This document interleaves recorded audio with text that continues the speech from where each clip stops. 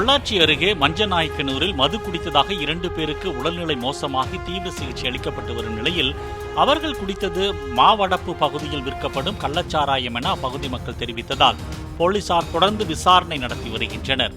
மாவடப்பு பழங்குடியின கிராமத்தில் கள்ளச்சாராயம் காய்ச்சி விற்கப்படுகிறதா என சோதனை செய்து வரும் போலீசார் அப்பகுதியில் உள்ள மக்களுக்கு கள்ளச்சாராயத்தால் ஏற்படும் பாதிப்புகள் பற்றி விழிப்புணர்வை ஏற்படுத்தும் விதமாக அறிவுரைகளை வழங்கினர்.